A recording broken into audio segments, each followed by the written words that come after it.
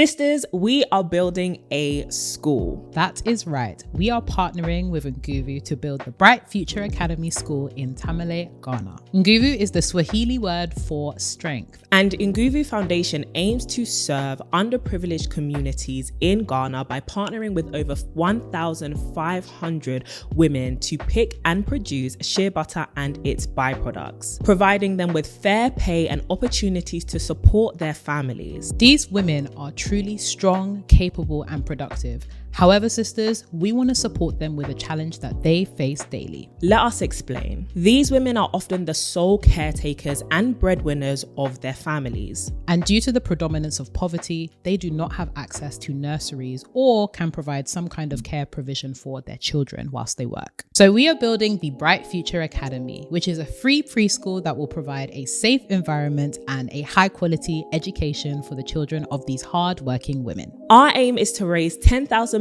in the next 6 months to be able to build, furnish, staff, and open this school in early 2024. And we need your help to do that. So please donate, and you can always find out more information over at tomysisters.com or in the YouTube description or in our show notes. Help us to support our sisters in Tamale by providing their children with a quality education and a bright future. This man has been married for 4 years, doesn't wear a wedding ring, and has no indication on his social media that he has a wife. The proliferation of cheating is rampant. And I hate that men's value has been placed so much in the acquisition of things, and the acquisition of things has now included women. We are having conversations about cheating in women's spheres to women, and men are going scot-free. Hello and welcome to the To My Sisters podcast. I'm Renee. And I'm Courtney, and we are your online sisters and hosts of the To My Sisters podcast. Now, we are all about promoting the wellness, growth and development of a community of sisters across the world. And in today's episode, we are going to be talking about the normalization of cheating, adultery, infidelity, side chicks, breaking boundaries, all of these things. From reality TV to internet trends to high value man content, so many people are talking about how we as women, as we pursue dating and holding our dating standards, may have to accommodate cheating because that's just how the cookie crumbles. I don't want that cookie. The cookie tastes disgusting. Crumble over there. In fact, it's moldy. But we're going to talk about it. How did we get here? What does it mean for us having dating standards? What does it mean to set boundaries in relationships? All of the questions are going to be asked. We are just going to have a good old chinwag, sisters. So we hope that you strap in and enjoy. But before we get into it, housekeeping announcements. Any housekeeping announcements? Do we have enough? New Orleans. Oh, we are like 2 weeks away from going to New Orleans. If you would like to join us during Essence Festival weekend whilst we're in NOLA, okay, for a brunch, then you can grab your ticket using the link in the description straight onto the Saucy Chalet website and book your place. We would love to brunch with you, kiki with you, hug you, talk, all of that jazz, as well as just enjoy the fun good time that is about to be happening in New Orleans. It's about to be a good time. Good food, like being in NOLA, the weather is hot in Essence Festival, all about our girls. Come on down. And you may even see us about. You may even spot us doing some a little bit here, a little bit if there. You spot a wild Courtney and Renee, come and say hi. Come and give us a tap on the shoulder. Be like, hey sis, we're ready. We're ready. Next, housekeeping. We are so appreciative to you if you have donated to building the Bright Future Academy. Honestly, for all of your support, for everyone who has been encouraging us, but also those of you who have actually donated, we know that we are living in a cost of living crisis, all right? But so many of you have been so sacrificial and so supportive in helping us provide the women in Tamale, Ghana with free childcare and a quality education for their children as we build the Bright Future Academy in partnership with Nguvu Foundation. And so we are really appreciative. We announced last week and we are still, pedaling forward. We are over the halfway mark. Crazy. And we want to hit that 10K mark ASAP. And so click the link in our description. It's simply tomysisters.com/donate. But you can donate any little helps, as Tesco says. And we do appreciate all of your support. We will be posting video updates, probably like over this video, but also on the IG. And so make sure that you are plugged into our socials to be able to see the progress, because we are building as we go in hopes that this school will be finished in the next 6 months. Insane. Crazy. Sisters, thank you so much. Like, it always boggles my mind just how much folks put their money where their mouth is. Crazy and stuff. This is something that we've wanted to do for a hot minute. We thought we were going to pull this off in like year 10 of the sisterhood. Here we are, just about getting to year 3, and this is what we're achieving. It's crazy. World domination is next. So please, sisters, if you haven't already donated, or if you haven't already gingered somebody else that probably should donate, especially the mandem, please, we would love it if you would support us in this initiative. 100%. Is there anything else that we need to notify, clean up?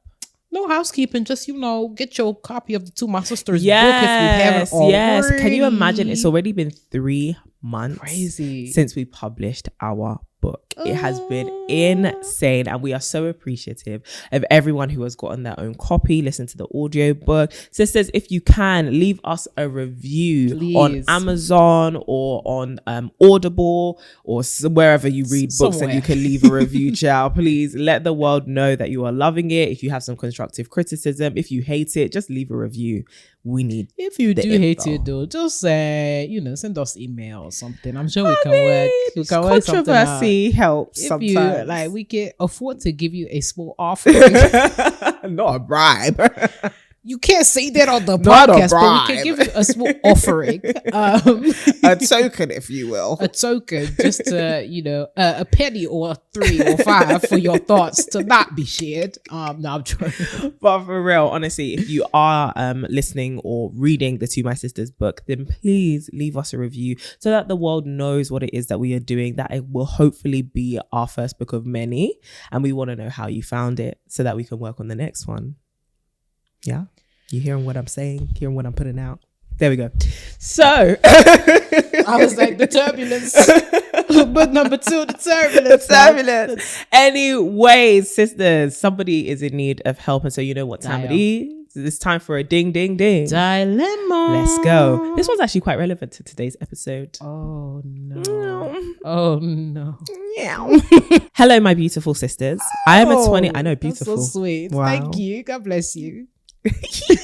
I am a 25-year-old female, and I recently started a new job and have been working there for 5 months. Nice. I've become close with a male 34-year-old co-worker who is very attractive and flirtatious towards me. Mm-hmm. Our personalities are very similar, which has attracted me towards him. In regards to playfulness, banter, talkative, very social. We have become close over the past few months. He has been sending me very flirtatious memes on Instagram, which I assume was him implying that he was attracted to me and wanted something more. During work hours, he has asked me to go on walks with him on our lunch break, and we go out for about 30 minutes, only us. He sends me playful emails about something that might have happened earlier and often seeks me out at work just to annoy me and leaves me notes at my desk. I was getting really attached to him, and romantic feelings started to develop since I thought he would be a great potential romantic partner. But only 3 weeks ago, I was having a conversation with him about trying to find a boyfriend and jokingly asked him to find me someone. He replied saying, I don't do that anymore since I'm married. This man has been married for 4 years, doesn't wear a wedding ring, and has no indication on his social media that he has a wife.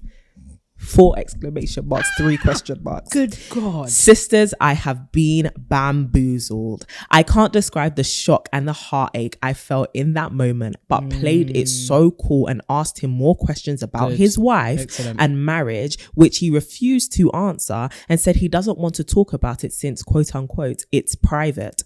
After this, I kept my distance at work from him, but he still sends me memes on Insta, which have been less flirty.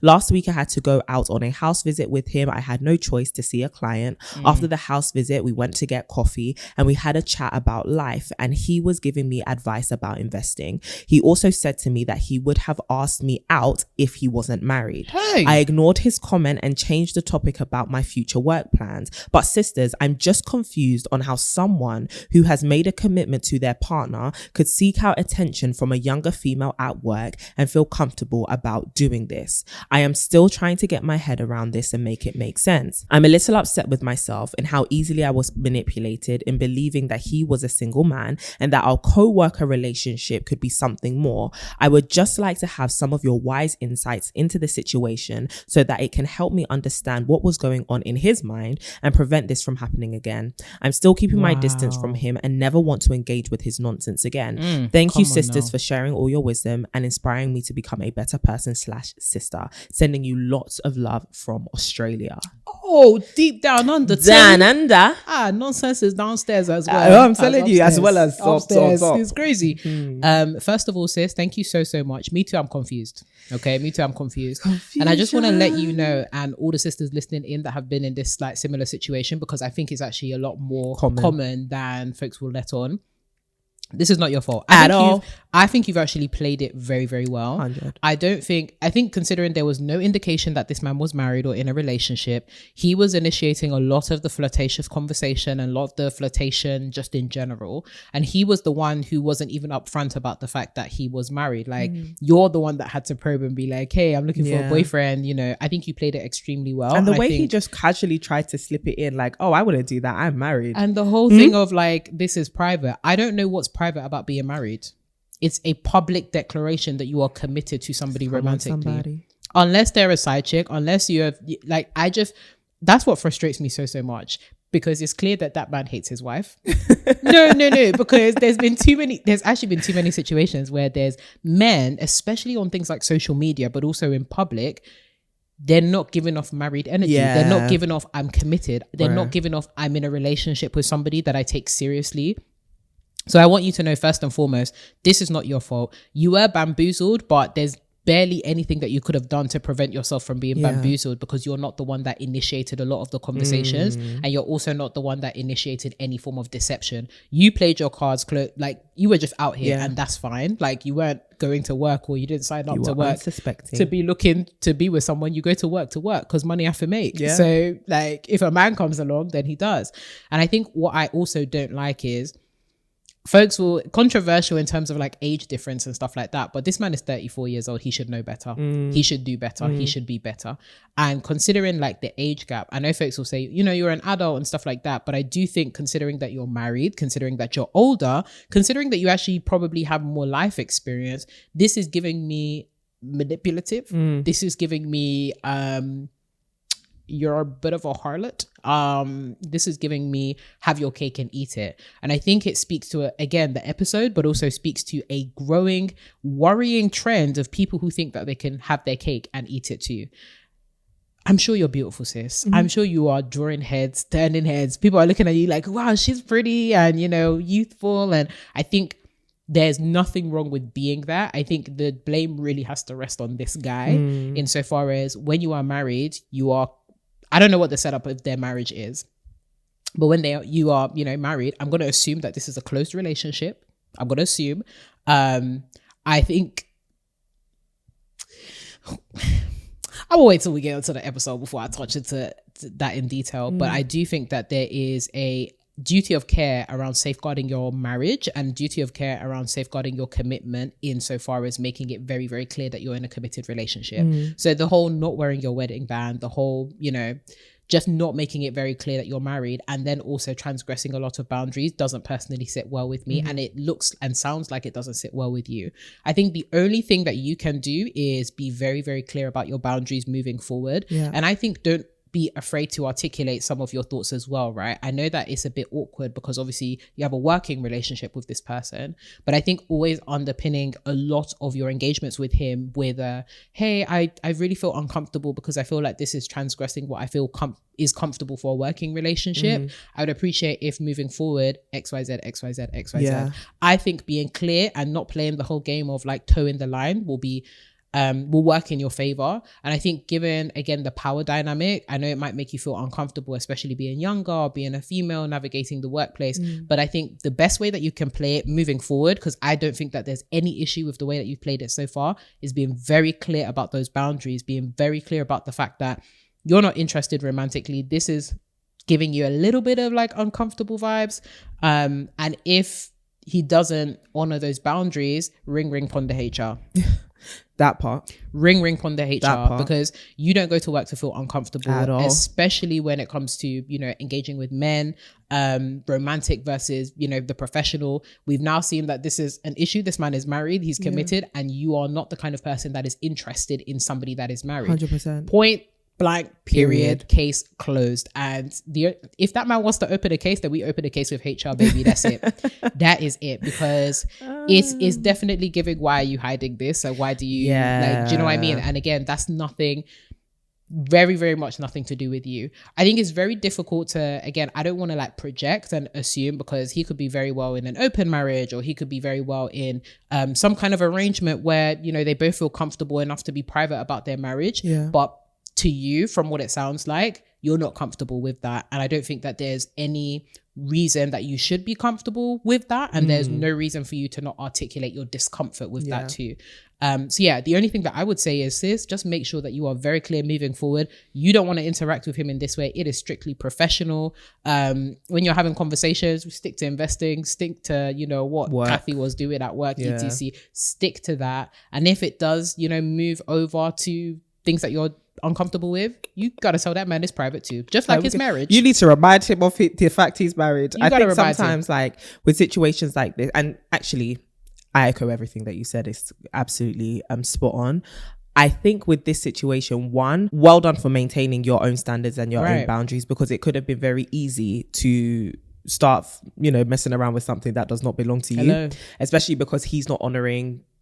And again, like you said about presumptions and projections, but he's not really honoring the boundaries that are in his marriage. Maybe you could have easily violated those too. So good looking out and good being a sister and upholding that kind of girl code, as well as just standing by your own personal values that say, I don't want to be involved with someone who is married, because he's really making it easy for you to transgress. How can you be married for 4 years and you casually drop in a conversation randomly, like, oh no, I don't do that, I'm married? And you know what, Courtney, genuinely, because the people that I know that I work with, in different teams, the first thing they'll say is, baby, I'm married. My husband, partner, my wife, my partner, we just had our dog. They will find a way to edge clarity. And I get it, like, marriage shouldn't be your entire personality. I get that, but I think we have swung too far into the opposite direction, where people are now operating in illusions and complete deception, which is, if you don't ask, I won't tell. There are some things you got to tell me. Why do you hate your partner that you're, even the whole social media, because there's a lot of guys that will do that. We'll 100%. Deal with you in a second.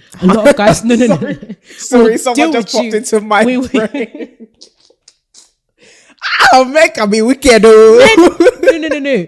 Your partner actually hates you, and I don't care who comes for me for this, but I genuinely think that your partner hates you if they make no indication to anybody in the public or on social media that they're married. You are, and I get the whole like, oh, I'm trying to keep my life private. There's a difference between privacy and secrecy, and secrecy is with the intent to deceive and the intent to manipulate. And a lot of people are keeping these things secret, right, and hoping that not a lot of people are aware and privy to it, because they know once people become aware, it closes certain doors which they should have closed. They should have closed on their own, but they want to leave open. Exactly what you're saying. It's having the cake and eating it. And so in this situation, there isn't actually much solace or comfort that we can give to you. Just know that this man is trifling, and keep your boundaries. I love exactly what you said. Like, I think you need to communicate to him, I don't feel comfortable with this line of conversation. I don't feel comfortable when you send me these messages anymore, especially considering the fact that you are married. Right. And I think you need to let him know that that's actually the issue here.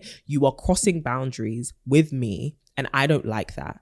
And just because you are colleagues, it doesn't mean you need to be keying all the time, right? I think that's another thing. Like, I get it, you need to create social relationships within your workplace, but there are professional social relationships and then personal social relationships. Absolutely. And you should have no kind of personal social relationship with this guy. And if it makes you uncomfortable, then girl, you need to tell this man, or you need to tell HR. Ring, ring. Because the next step is telling his wife. Hello. This brings us on to the main conversation, which is, damn, how did we get here? We need to stop ASAP. How did we get here? And the reason why this comes to my mind is obviously the last few episodes, like we've been talking about different kind of relationships, relationship dynamics, like polyamory or polygamy, as well as just, love lessons that we have been sharing. And we have always made it clear that because of our personal values, you don't have to agree. Thank you. You don't have to agree. And if you don't agree, this might not be the podcast for you. Because of our personal values, whether related to faith or just our moral compass, monogamy is something that we hold very highly. And so I'm sure that a lot of you listening may also relate to that. And so let's go with that context.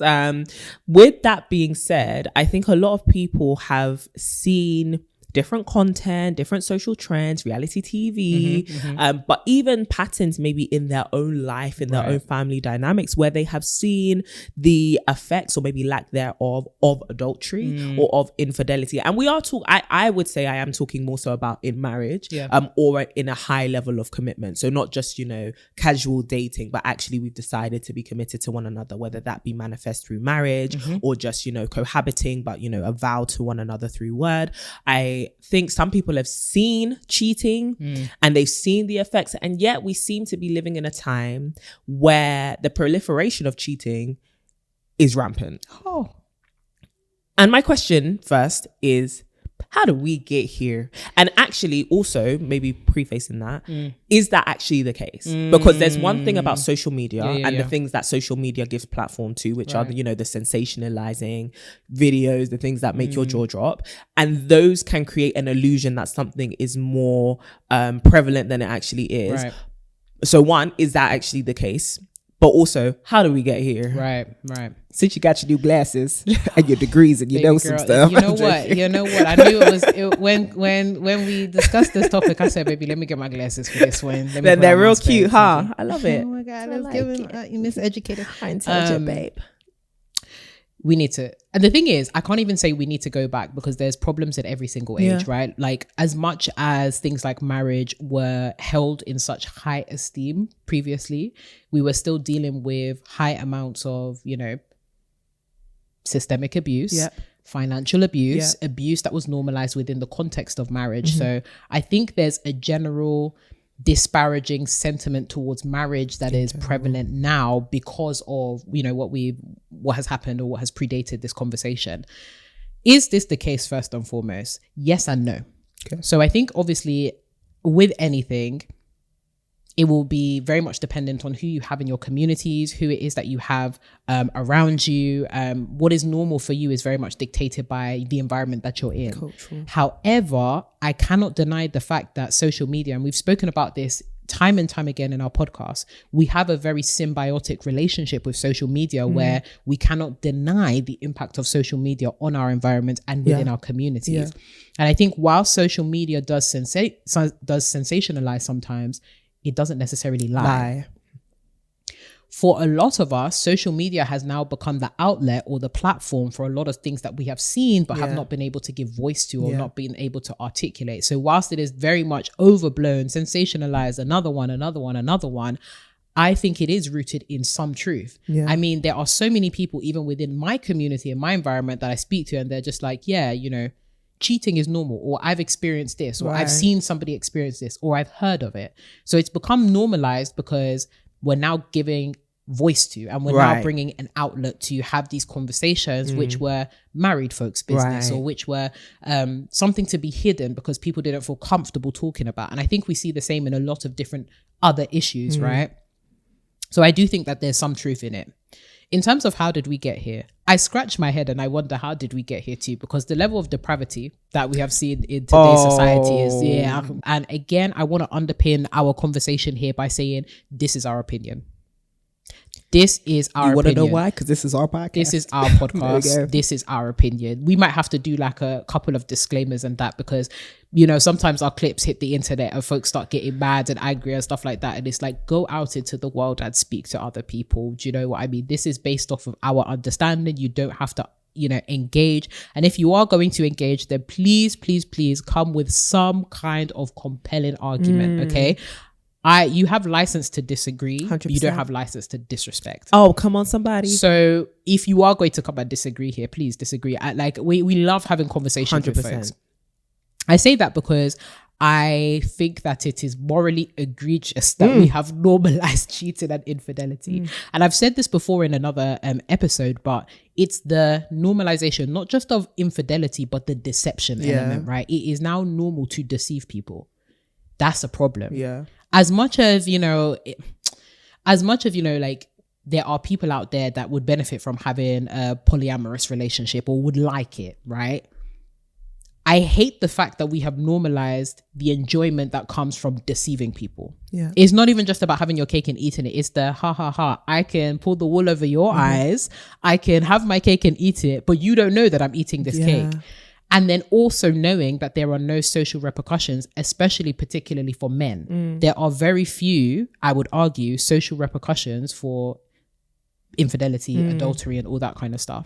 And I think that, again, patriarchy is one of the biggest contributors to the normalization of cheating, because a man's value, for example, is so wrapped up in his capacity to provide. We're not looking at things like character. We're not looking at things like moral compass. We're not looking at things like consistency in that particular element. As long as you are a provider, then baby girl, what's the problem? I'm giving you everything that you need. On top of that, in various different contexts, for women, so long has our social experience been defined by how can we be a caregiver to men. Right. To the point that there are often people that I've even engaged with personally, but also on a macro level, thinking about institutionally, if a guy is cheating on you, it's now the woman's fault that he's cheating. You're not giving him what he needs. You're not providing him with his needs whilst he's simultaneously providing you with yours. So I think there's also that element. I think that reality TV shows and social media sensationalizing these things, as much as they're bringing an outlet, they're also bringing too much attention to it, to the point where it becomes desensitization. We become so desensitized to infidelity because we've seen it time and time again. It becomes the truth of our social experience. It becomes the truth of the things that we're always seeing, and it becomes so disillusioning to hear another person has cheated. Like, it's almost inevitable, and the social narratives around it, right? It becomes an inevitability. Even the people that we hold in high self-esteem. I think one of the ones that really shocked me was Nia Long. Her partner cheated on her, and it's, again, people were scratching their heads like, she's so pretty, beautiful, the height of desirability for men, and yet her own partner still cheated on her. We think of some of the greats, right? Folks like Beyonce, or like other folks that we look to and we think, this is the pinnacle of like womanhood and beauty and just magnificence, and yet they couldn't escape cheating. They couldn't escape infidelity. They couldn't escape adultery. Right? And it's just so unfortunate that even the women that we consider the top of their game, the narrative has been normalized that there's nothing that you can do to stop a man from cheating. So I think that has also contributed to how we have gotten here. It's even seeing people that we resonate with. It is seeing women at the top of their game. It is seeing these cultural narratives again and again and again around infidelity. That has really normalized it. And then on top of that, the unfortunate blossoming, the unfortunate blossoming of men's platforms, particularly red pill men's platforms, podcasts, content creators, spaces where you folks are having conversations around the acquisition of women as opposed to relationship with women. Do you know what I mean? Like, and the safeguarding of women, the safeguarding and the well-being, the well-being. What? There's too much to talk about here, but let me land the plane because I've been speaking. Nah, but you've been speaking. I am so sick and tired of seeing content which demeans women, disregards their safety and well-being, constantly looks to hold women accountable, quote unquote, without having a real genuine conversation around moving forward relationships with women. It's always at women, it's always to women, but is it really with women? And the hate, the misogyny that we have nurtured as a generation, particularly for within men's communities, has done nothing but normalize infidelity all the more. Yeah. It becomes almost a means to attack women. It becomes almost a means to feel like they've got one up. It becomes a power struggle yet again. And this is the problem. Like, it always comes down to power. Can I exert power over this particular person? Yeah. Can I have access to things that have been denied to me? Can I have access to the things that make me look like I'm a better quote unquote man in society? And I hate that men's value has been placed so much in the acquisition of things, and the acquisition of things has now included women. 100%, like women. Pokemon cards. It's crazy. And I think it is three main things, and it's exactly what you said, and we've said in past episodes before, but it's deception, deflection, and desensitization. And those things are really killing us. Like, it's killing our people, and it's really damaging the future prospects for our relationships and our family dynamics. With the deception element, a lot of people are finding that they don't actually want the responsibility that comes with romantic relationships. They just want all of the benefits that come with that. And it's unfortunate because oftentimes it is men who hold the power in that situation to cause that imbalance, right? To end up being unfaithful, unfortunately, and it be socially accepted. Not that women can't cheat, and this is not removing that, you know, power from women to do whatever they want, women's rights, women's wrongs as well. But it's more so the social consequence that exists for women when they cheat is far higher, because the maintenance of a relationship is often the onus of a woman. And so with that, I find that so many women, and this comes to the deflection aspect, right? So many women are then questioned as to, wow, how could you have let this happen? Well, and even when it happens continuously, right? It's like, oh, you weren't smart. You picked the wrong person. And we have to even be careful not to fall into those narratives, right? When we are cautioning women to be wise when they are picking, because anything can happen in a relationship. Thanks. But the deflection that happens is oftentimes you didn't maintain this relationship well. You didn't give this man what he needed. And that's what you see, that's the narrative that you see in the high value man kind of sphere of the internet, where it's like, well, you know, you're never going to be enough for your spouse. You're never going to be enough for him. He's going to be enough for you though. And this idea that women can just never be enough. Men can never be satisfied with just one person.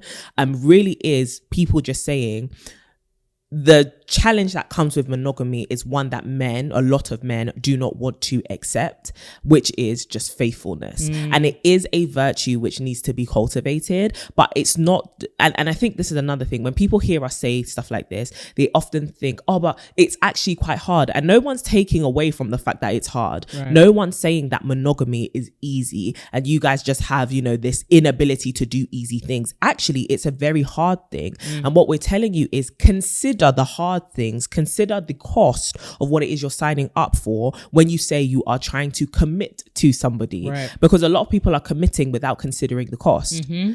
Why would you do that? Why would you sign up to a contract and in 3 months you're like, actually can't afford it, don't actually want it, maybe because but I want to keep the phone, right? Do you get? But I want to keep the phone. That is what you call robbery, and that's what you call fraud. Throw the phone away, looking at you, and that's how you get CCJs. Okay, that's exactly how you get CCJs, bailiffs. But the thing is, those consequences and ramifications do exist also in our relationships, which is your character completely questionable, right? But oftentimes in society, because of the deflection that exists, we are having conversations about cheating in women's spheres to women, and men are going scot-free. And men are not being looked at and probed and being told this is actually problematic. Not just by women, but especially by men. And there's this kind of unspoken co-signing that exists within society, which is, well, boys will be boys. And oftentimes that comes from men and boys themselves. And when there isn't, unfortunately, when you exist in a society where there is an imbalance of power between the genders, when men are not reprimanded by men, them being reprimanded by women doesn't really feel like discipline. It doesn't really feel like consequence, especially when you are then in a society which tells women, but you need these men in order to be valuable. You need these men in order to survive. And so you then find yourself with the, you know, the cycle that we've seen, aunties, grandmothers, great grandmothers, of this man ain't no good, but we've got to keep him around. Got to start putting rat poison in that. And, you know them videos and them films. Nollywood. Like, yeah. It's got to start putting rat poison in. But we've got to keep him around. And I want more for men in that aspect, because you actually need to have good character. As hard as it is, it would be nice to be able to say you are an upstanding gentleman, right? And it's not, no. And this is not to say, and it's back to the deception thing. This is not to say that these things are easy, because I think, it's one thing to say, oh, I would never cheat because morally that is wrong. Yeah. And then to then be in a situation where you are tempted, to then be in a situation where it's like, damn, I am having maybe an emotional affair, or I am maybe not getting what it is I need at home. And so I'm not saying this, and please, this is not me being a pick me. This is not me saying, oh, men, I understand your struggle and your plight. I get why you cheat. It's more so, I get that there is temptation. Like with anything, there will always be temptation. And it is very hard to resist temptation, but yet the call is still to resist temptation. And if you don't do that, there are going to be consequences to your actions. And I want more women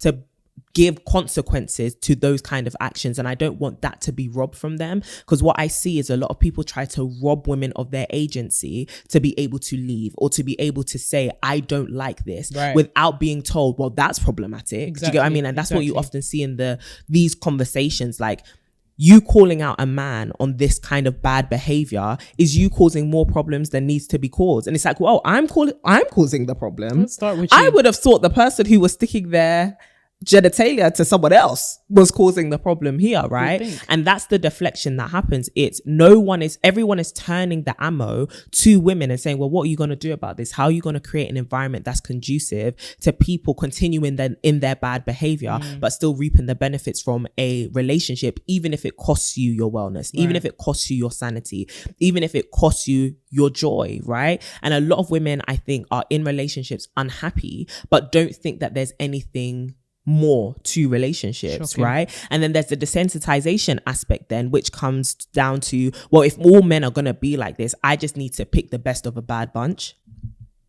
And if this happens, I actually shouldn't be shocked. And I've had conversations with women, unfortunately, who are almost priming their hearts for heartbreak, and just trying to really lower their expectations so that they don't get disappointed. Almost preparing for their sabotage. Preparing for it, preparing for their pain, preparing for their heartbreak, preparing for the demise of their relationship, so that when it, or if it happens, they aren't too disappointed and then they can continue. Gross. It is absolutely foul and disgusting. And I really do sympathize, because I think a lot of us are doing it in various areas of our lives, from career to, dating expectations to whatever. We drop the bar really low so that anybody who's slightly above it, even if they're still in the pit of hell, still seems impressive. And then we end up settling in relationships, for relationships. And my thing here is, it's not about doing everything you can to make sure cheating never happens in your relationship, right? It's more so about, what are your expectations? And this is something that has been a running theme for me through this season, which is women's expectations are being attacked. Women's expectations are being damaged, and we're being told that we shouldn't hold certain standards for, dare I say, very simple things, which are, if you're going to be faithful to me, I expect you to actually be faithful to me. If you're going to say it, I expect you to do it. And then we're being told, whoa, those standards are way too high. Oh my God. But you expect it in return, right? This idea that I can do hard things as a woman, but you can't. I can't expect that in return, because life is also hard for men. And it's not that life is without challenge. It's more so, what are you signing up for? And have you considered the cost? And are you actually willing to pay that price? And if you're not, you should deal with the consequences of that. Sickening. Absolutely. It's quite a simple formula. It's actually quite a simple formula. And I find that with our generation, relationships have become something so overcomplicated, not because they are easy, but they are actually quite simple. And it's often the simple things which are actually the hardest. But just because it's hard doesn't mean it's not simple. Stay faithful to me, I'll stay faithful to you. It's that simple. Simple, but hard. But simple. But the hard things are often the things that are most rewarding. And folks, please, I think that it's also the unwillingness to admit that you can be tempted, or the unwillingness to admit that, okay, this is actually an issue for me. And the temptation isn't the issue, right? Right. You would be, you know what, there's so many associated issues with this. I was reading this press release, and don't come for me. I'm not coming for pornography. If you just decide to watch it, whatnot, that's your own personal business. But just the prevalence of forms of temptation, Yeah. and pornography can be a really big gateway for a lot of people. And I saw a stat that was like between the ages of like 18 to 35, 87% of like men watch pornography. Yeah. That's like one example of like, okay, and you can debate on whether you think pornography is cheating to you or whatever, but I'm just saying in terms of like the access to things that may tempt you outside of your marriage, very, very prevalent. Even when you're scrolling on things like social media, I have like regular conversations with a lot of like my male friends that are, I think, upstanding members of the community, and we talk regularly about things like temptations and how to actually overcome it. In order to be a man of integrity, in that you are a man of your word, and if you decide that you want to be in a relationship with someone and be faithful, then it requires hard but simple things. It requires you pruning your social media, for example, so you're not always actively just seeing women that you find attractive on the, you know, social media, whatever. It requires you moving in a different way or engaging with people in a different way, recognizing that you are actually committed to somebody. It means that you have to put effort into these simple things because they're hard, but they are simple. And it's just like there are so many people that are unwilling to do that. The thing is, if you are unwilling to do that, then be truthful about the fact that maybe being in a committed relationship is not for you, and stop deceiving women into committed relationships knowing that you cannot provide your side of the bargain. That is okay. Just be honest. And a lot of people are not honest because they know that it really, really like it affects the pool of access that they have to people. And it's so damning and unfortunate. Stop trying to rob women of their agency and their capacity to say no to you because you want to deceive them and because you want access to them. Access requires responsibility. And you need to take up your mantle of responsibility if you want access. There is no workarounds. Stop normalizing workarounds. Work hard. You gotta work hard. You've got to work hard at it, and it's not the responsibility of your partner either. And this is something that I wanted to talk about in this conversation, which is how do we practice, as men and women, but how do we practice and cultivate sexual discipline before we get into relationships? Because oftentimes we get into a relationship and we think that this is a shared responsibility and a shared burden, but actually our management of our own bodies and our ability to be self-aware enough to know our triggers, our temptations, and how we respond to that and dealing with that is actually our own responsibility. And this is a part of the deflection aspect. Oftentimes when men are caught cheating, the question becomes, well, what did the woman not do? Versus what has the man not done? What parameters has he not put in place? What boundaries, back to the dilemma, what boundaries is he not upholding, right?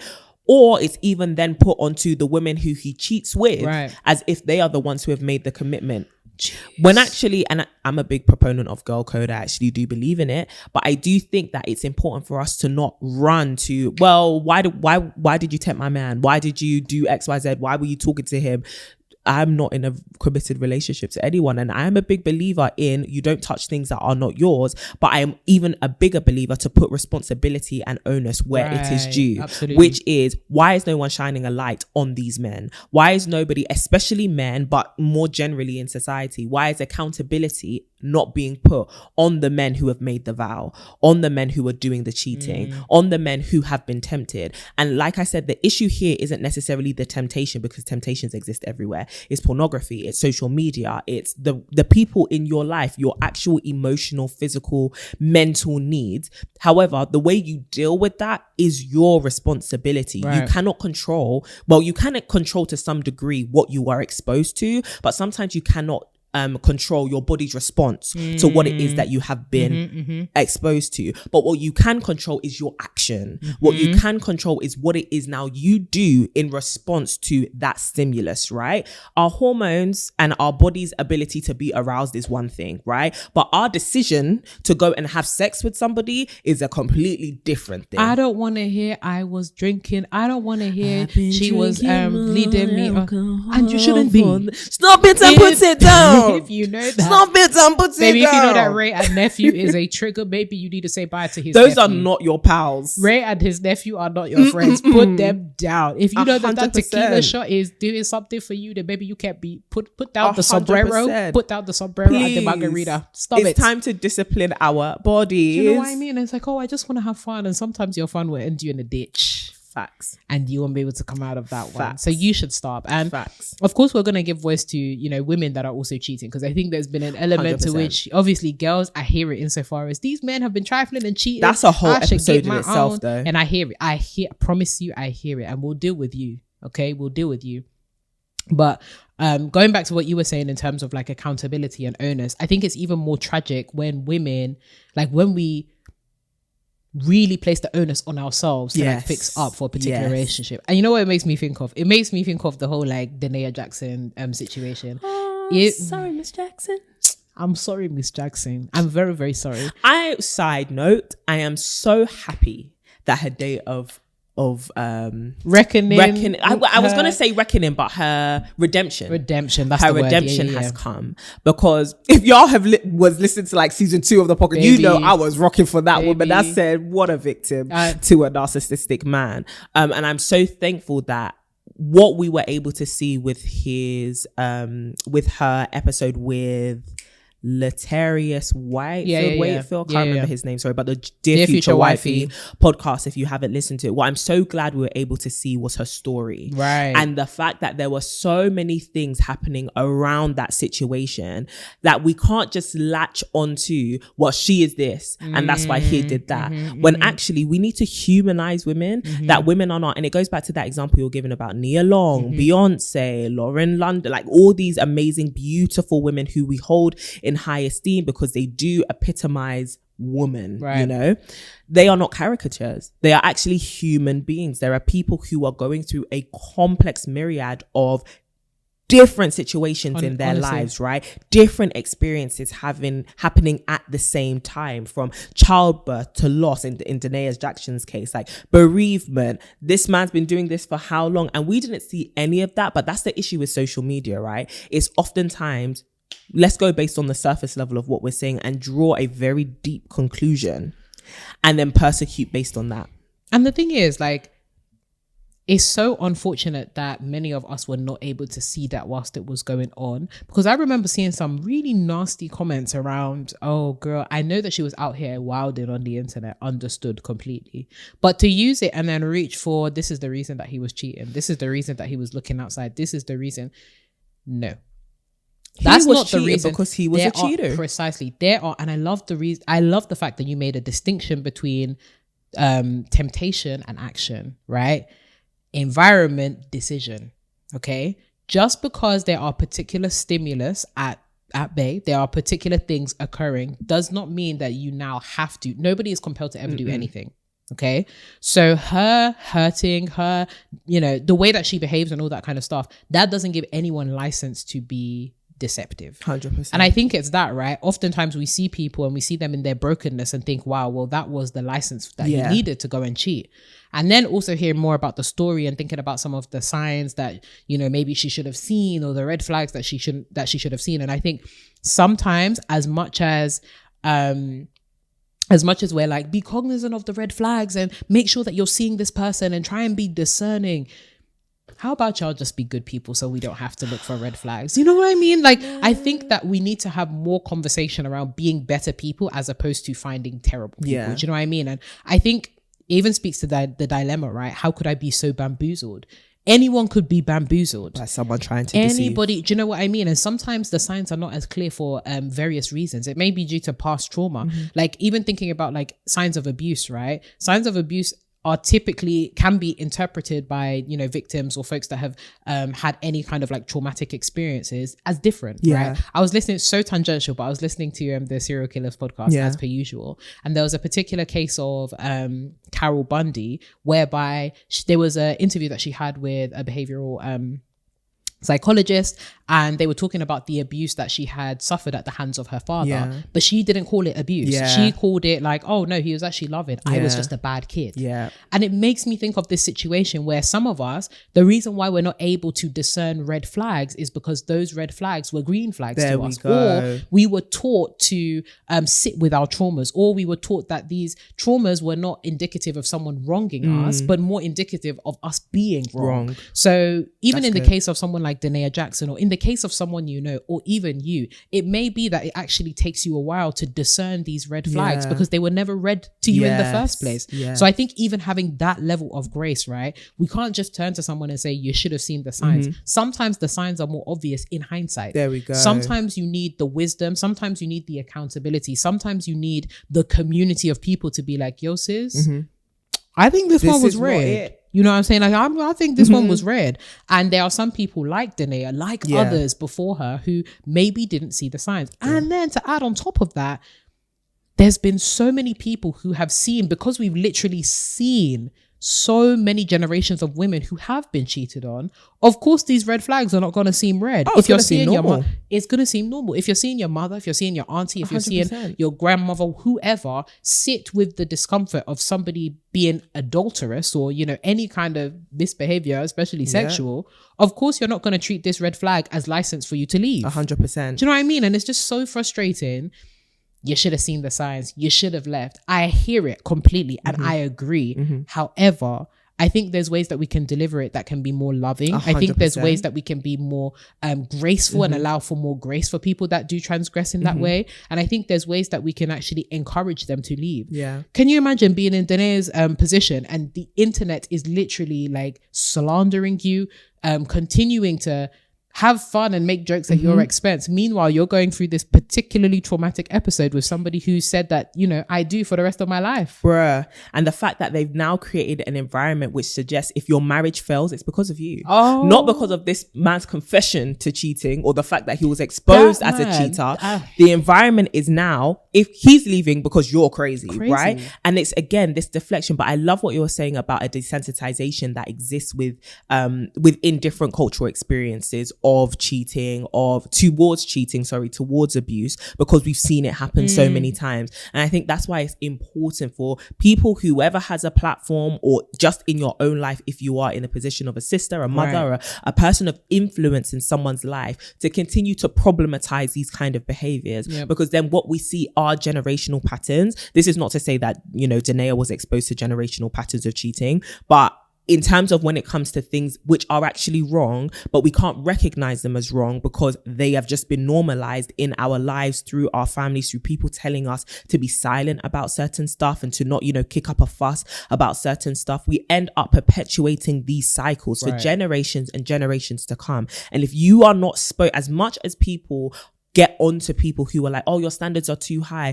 oh, you're making too much of a problem over something, you actually need to keep doing that. And sometimes that's a burden you must shoulder if you are going to be your sister's keeper. It's not that you are trying to destroy something good, you're trying to make them aware that something is bad, that something is actually dangerous. And just because something has, you know, become made up and it looks deceptively beautiful, it's still intrinsically dangerous and intrinsically harmful. And I love what you were saying about sometimes we need to give grace, and this isn't to remove accountability from women, because when I listened to that story, for real, I was like, so he was cheating on you from the jump.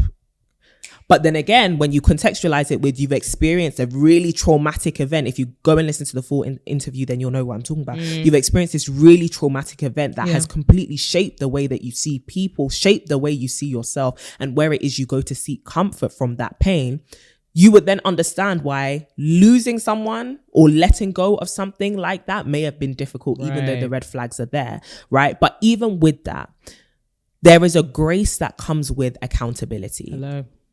And so even to have quote unquote sympathy for the man who is a cheater, the grace that we can give you is spot the red flags in yourself first. Do not wait till you end up hurting somebody else with it. And do not then comfort yourself with these stupid rhetorics that exist on the internet that tell you that what you are doing, which is harmful to your integrity, harmful possibly to your physical body, harmful to your relationships and to your family, is okay just so you can feel okay with doing it. You shouldn't feel okay with ruining your life, right? If you don't hold women in a regard at all, let me tell you something. This cheating thing doesn't do men well. And you can think to yourself, oh, but I know men who have done it and eaten their cake. How many men are growing up and the rates of loneliness in elderly, aging men is completely scary, right? So you can't tell me that you are seeing men really, truly benefiting. How many men are growing up with their children hating them? This is the thing. Bruh, how many men are growing up and their wives completely despise them? How many men have been killed by their wives, have literally got on their conscience the fact that they completely shattered their family? Their children are dealing with trauma. Their wives do not trust them. Even if they're still living at home, they're not happily married. Do you want a happy life? You enter into the room and people are not happy that you're People in the room. leave. People leave. People leave. Like a bad odor has entered into the room. They say, not this waste of space. Genuinely, like, I think there's because I need more men to be 100%, attentive to the 100%. Fact that this actually in the long run 100%. Is not beneficial for you. 100%. And if you do not open your eyes to the fact that the men who have done this historically are not actually living well, are not actually happy, do not have companionship in old age, do not have children who would want to take care of them out of care, more so out of obligation, you would realize that you're setting yourself up for your own destruction. So even if you don't hold women in high regard, hold yourself in high regard enough to actually not destroy your life. Two things that also strike me about like infidelity and the normalization of cheating is the guys that are going for the younger ladies, I'm gonna need you to stop right there. Hold it. Okay, because we are going to problematize the fact that there is a growing number of men that think it's appropriate to go for girls that are very, very young, knowing that they haven't had, any kind of romantic experiences, knowing that they are a little bit more immature, quote unquote, knowing that they have capacity to manipulate them into doing things. I'm gonna need y'all to stop. Okay, it's not okay, it's not normal, and you should consider I just don't understand why you're going for babes that are the same age as your daughter, for example, or you're going for babes where you know that you have significant differences in your life experiences, and it's because of, again, the power dynamic. How often are we seeing it? We're seeing it a lot more often now, and I should tell you that you should cease and desist. And also, whilst we're here, we also do need to address you guys that are there having like sex with ladies and you're in your like 60s, 70s, 80s, 50s. Not to say that you shouldn't be having sex, but I'm just like, even the whole, women as they get older, they become less desirable and whatnot. And you have all of these men that are having baby mamas and whatnot. I hate the term so much, baby mamas. Even jokingly, I'm just like, guys, stop. I want to let you know that your sperm also starts to degrade. Oh, that quality? The quality of your sperm starts to degrade. So this whole, men come into their prime later and stuff like that. I can have children in my 70s. I don't give a damn. Just because you can Abraham. Have something. There we go. Your name is not Abraham. The Lord had a and your wife is not Sarah. I don't know about you.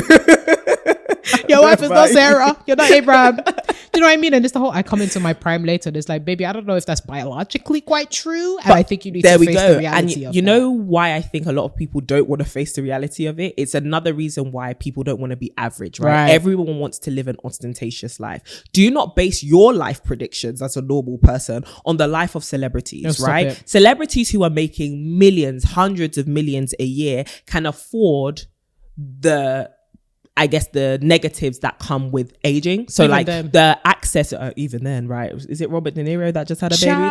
Anyway, shout out to congratulations. It's none of my business. It's absolutely done. But the thing about that is like healthcare costs. Right. The fact that you can have live-in healthcare support, right? The fact that if you do have children and you are not physically able to take care of them, you can afford. He ain't gonna be running after a 3-year-old child. To go and do the school runs, that man is gonna bring his defibrillator hands. I'm here to pick up Tommy. Are you his great granddaddy? Where's my son? I can't see too well. Is he one of the teachers? No, we should stop. Somebody gonna say you ageist. No, we're not ageist, please, but be freaking for real.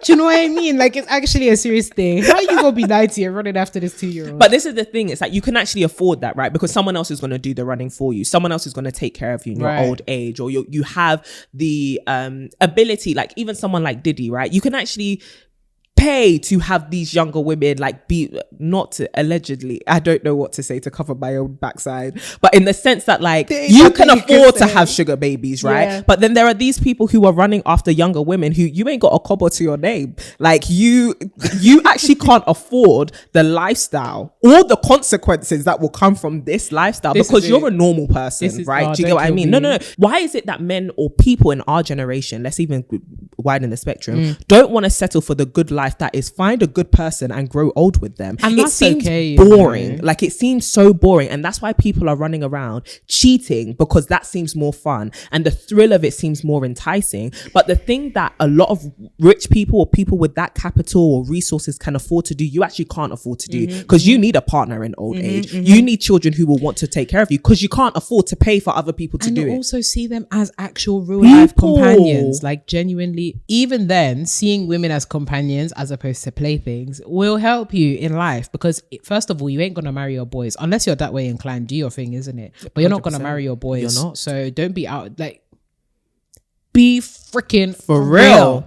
And another thing that I really dislike is you will be, at least in the case of someone like the Jacksons, you will be disparaging certain types of women, the baddies, the babes that are out here on OnlyFans, for example, and then you will actively seek them out. Yeah. And then you will say, oh, but they're not wifey material. Yeah. So here's my wife, but I still think it's appropriate to disparage women and then actively seek those women out for sexual encounters. 100%. I want to tell you that you're trifling today. Hallelujah. I know somebody didn't tell you. I'm here to tell you you're trifling. It's called having a double-mindedness. To be double-minded, I'm telling you, that's the actually they use it like Wuthering Heights when they put you big crazy. You need to be careful, because it will genuinely drive you crazy. 100%. It will actually drive you crazy. The 100%. disassociation that you have between the person you are at home 100%. And the person you are outside and the person you are with your boys, I can guarantee you, not only is it exhausting, it will lead you to lose your soul. And there are so many soulless people wandering, not just men, but women. And our generation needs to be really careful. This whole live fast, die young, you will indeed. And I want you guys to hold your boys accountable, because there ain't no way that you attended your boy's wedding knowing that he's trifling.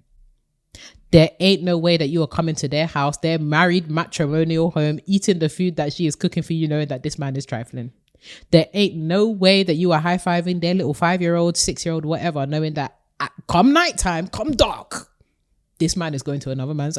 Hold your boys accountable. And I know a lot of folks would be like, oh, it's not my business. It is. It is your business. It is. And I just, like, that to me, there is no way, come heaven, come hell, rain or shine, Courtney could ever come to me. She is married and tells me, oh, Renee, I'm doing a madness with somebody else. Heaven forbid. Do you know the way that I'll go run into her husband? First of all, I will have, in fact, that's the thing, is to sit down with me. I will sit down with Courtney and say, babes, you need to go and tell your husband. I'm going to give you 3 working days. By close of play on Thursday. If you have not spoken to that man, I'm going with an army and we're going to sit down all together. For real. But it's that initial conversation with the person, right? A lot of people want to do the whole, it's not my business to tell the wife. Right. But it's your business to talk to your boy. Absolutely. And you need to take this term of friend, this term and this title that comes with friend seriously. Absolutely. You're there to help your friends not fall into the ditches, not fall into the traps, not end their lives prematurely, whether it be the health and the life of their soul or physically, 100%. right? Because some women are crazy. Insane. And a lot of men wind up dead and gone. Shout out to T.I. So I think it's I think it's really imperative for men to see it as their responsibility to be like, actually, I want to hold my friends to a standard, right? And if you can't hold your friends to a certain standard because they don't want to live up to that standard, why are they your friends? Are you all trifling together, right? And then this brings us to another thing, which is, you are the sum of the people you keep around you. This is it. If you are trying to live faithfully, but all of your friends are not necessarily single, because I don't think that's the issue, but are cheaters, that culture is going to rub off on you. And it really is a norms and values thing, right? It's a cultural thing. What do you see as normals? Is breaking the boundaries normal in your friendship circle and the way that they deal with relationships? Do you think that's not going to rub off on you just because you have a ring on your finger, even in a time where men ain't even wearing their rings apparently? So really and truly, be wise. That's all I've come to say. Like, be wise and be for real, because a lot of us want to live in this delusional place, which is I can have my cake and eat it. It's actually not possible. It's not possible. It's actually not possible. It sounds nice, but it's actually not possible. Do your ladies, do your CRB check. I know it's harder now because we are starting to meet men in isolated instances and in silos, right? We're meeting them off social media. We're meeting them at work. We're meeting them on dating apps. So it becomes really difficult to ascertain who's really around them. The men that you want, their environment without you needs to sing of their integrity and character, the way they behave with their friends and what their friends say around you, behind you, all of that kind of stuff. Are they good people? Are they 100%. Good men? Because I'm telling you, the people that are closest to you, the 5 or 6 people that are closest to you as your friends, I tell you no lie, I'm not lying to you, will reveal something about your character. And I know people love to put their friends or like the people around them in some kind of like silo or like category away from them, but the people that you interact with will always influence your behavior. 100%. I don't care if you are a stoic, you know, then people is like, I'm not influenced by my friend. You're a liar. 100%. You're a dirty liar, and it's not good. Or you're alone, and that's even worse. If you're lonely, that means there's something.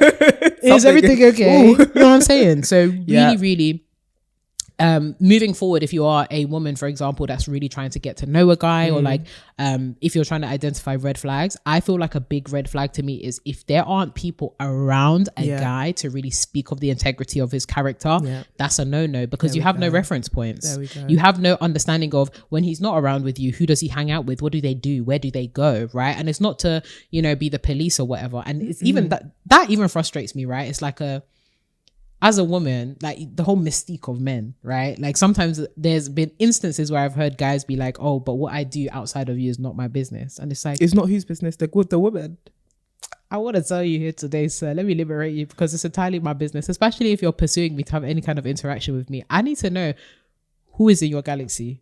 Who is orbiting you? And the thing is, men who say that though, does it work in reverse? Because there's often, it's like you think this thing works, but if we flipped the roles, if we put the woman in the man's place, if outside of this house, baby, why? Monitoring my Twitter? Why are you on my social media You accounts? Are my husband in the house. Here. You be telling me, why is your t-shirt too low? I'm sorry, I got a husband in private. In private, in this house. As soon as I step over that threshold, I don't know I am a single woman. That's when you'll be out here. The men would riot. In fact, there we go. There we go. And that's how you see that these things don't work. The things that you're saying are nonsense. Because they don't work the opposite way, right? Again, having your cake and eating it doesn't actually work. And so then on the more practical side for the men, you are not curating a brand. You are not making yourself the most optimal. And I think dating app culture is what's gotten us here. Not that I hate dating apps, but in the sense that like, oh, put together this perfect profile on the surface that people can look at and be like, yeah, I picked this one. But deep down, you need to sharpen your character. Absolutely. And you need to build real systems around you through the community that you have, the way that you deal with yourself in private, the way that you deal with your thoughts and your decision making, real systems around you, which allow you to be the man that you profess or you desire to be. And you really need to contend with the man that you desire to be. It's not about the whole, oh, this is what I want my life to look like. It's a more so, who do I actually want to be as a person? What are my values? What are my morals? And how do I become that? And how do I uphold that? That doesn't just happen overnight. And it doesn't just happen just because you want it. It takes actual work, which is something that everyone, as particularly men, actually understand. But when they're in the area of relationships, because a lot of bad behavior has been allowed, you can let the standards start dropping and start slipping, and oh, well, that's okay. This is just what happens in our time. This is just a cultural thing. All these things are hard. But what kind of man do you want to be? Answer that question for yourself. Because at the end of the day, no matter who you wrong in this life, we're all answering to the same God. And we have to answer for our crimes. And it's, criminal activity. Whether you believe in karma, whether you believe in God, whether you believe in whatever, the laws of this world are that what you reap, you sow. I mean, what you sow, I'm even reversing it. What you sow, you reap, right? It will happen at some point, whether it's for you, and your son, if your daughter. This is the thing. If you want to be a cheater, okay, if you want to be having your cake and eating it all the time, you're gonna have to deal with the consequences. Facts. Deal with the fact that the consequences may be out of your control. There you go. I need you, because even that, the whole trying to dictate what the consequences are. No. This is why I think the normalization of infidelity is so dangerous, because It's an attempt by a lot of folks that are cheaters to dictate what the consequences 100%. are and to dodge responsibility, It's a power dodge play. accountability. When you commit a crime and you're found out, you do that time. You do the time. You do that time. Back in the day, we had death penalty. you do that time. You know what I'm saying? It will come up. It will come up. And you cannot dictate the consequences. You can't dictate people's response to it. So if you are doing a madness, if a madness follows you, Sha, you know, this even reminds me of Dana and Ahmed. Oh man, sis. I don't even think we have space or time, but all we can say is, girl, maybe you want to come on the pod. I was about to say she might actually be a good person to come on the podcast. But it is. You see how these things unfold. It's like, no matter how long it's been, these things will fester, and whatever happens in darkness will come to light. Honestly. Regardless. And it's unfortunate that people want to be so delusioned. And I'm scared with social media sometimes because it's pushing these delusional narratives that you can have your cake and eat it. I'm telling you, it will destroy you. And no one around you, not the people that followed you, not the people that created the content originally, not the people who liked your tweets and were cheering you on in the club when you were doing things, they will not be around to help you clean up the fallout. It's gonna get hypertension, baby. Keep having that cake and eating it. You're gonna get high blood pressure and hypertension. The cake ain't worth it. No one is going to be there apart from the people you actually treat right. And so please treat people right and see that as something valuable to do. I can't believe we're telling men to just be good human beings, but the same with women, right? Just be a good person. It's the same things with, like, when we're talking about friendship. A lot of people are like, well, I don't owe anybody anything. You owe it to yourself to be a good person. Right. How about that? Right. And sisters that have been bamboozled, we're sorry that this has been you. 100%. We are sorry that, you know, if you have been cheated on, or if you have had an experience that has been particularly negative with the opposite sex, we're sorry, because half of you probably didn't hear the sorry that you needed. Half of you didn't hear the closure that you needed. We're sorry on their behalf, and we hope that you find somebody that's excellent, wonderful, 100%. And worth your time. And don't be too hard on yourself that you didn't see the red flags. Sometimes those red flags be dipped in a whole sea of other things, and it can be difficult to ascertain. But moving forward, make sure that your boundaries are clear. Make sure that you honor them, and make sure that you do everything in your remit, everything that you can do to ensure that you get the respect that you deserve. And as for the sisters that are currently married to cheating men, we wish you all the best. I don't want to tell nobody to leave, but if you are noticing a pattern, and if you are noticing rampant disrespect, and if you are noticing that it's really affecting you, if you have kids, really think about what would make sense for you moving forward and stand in that. And staying isn't the only thing. I want to highlight this. Staying is not the only thing. It's not the best option sometimes. Yeah. There's still a small dosage of rat poo. I'm trading. But for real, sisters, we wish you all the best, and we hope that you maintain your expectations. Please. As much as there may be cultural narratives, whether it's within your own culture offline or the culture that exists on social media, that is telling you to accept things which actually violate your moral compass and your desires. You don't have to bend over for it at all, okay? And shout out to the women who are also not allowing themselves to partake in the heartbreak of other women. You know, we appreciate that. We appreciate that. So everybody stick by your moral compass this week. That's if you believe in it. There we go. If you believe, if you really about it. If you don't, like we said at the beginning of this podcast, this is not for you. This is not for you. This is not for you. And if you want to go run wild in the streets, don't be shocked when you get caught by the police. So that was good. That was real good. We hope that you have enjoyed this conversation. As always, you can follow us across all social media platforms. You can follow us on @ToMySisterhood, TikTok, Instagram. You can follow TMS on LinkedIn as well. Okay, support the girls across social platforms. Let the sisterhood movement advance. But you can follow us individually. Also, my lovely friend in the new Specs is @Renee Kapuku, and I am @CD Boite. starting. Let's go. We love to see it. And sisters, if you would like to see some weekly glowing tips and more, if you would like to be that person of good character that we speak of, you should sign up to our mailing list. It comes out weekly and we share our thoughts of the week. We share the upcoming episodes, and let's just say the ladies on the mailing list, they always get something a little special when we're doing some cool stuff. So please make sure you are signed up. The link will be below in the description and also in the show notes. But sisters, we are wishing you a peaceful week ahead. Just peace. No problems. Always. Just peace. We don't want problems here. Please. But sisters, sending you so much love. We will catch you in next week's episode. And until then, keep glowing and growing. Peace out.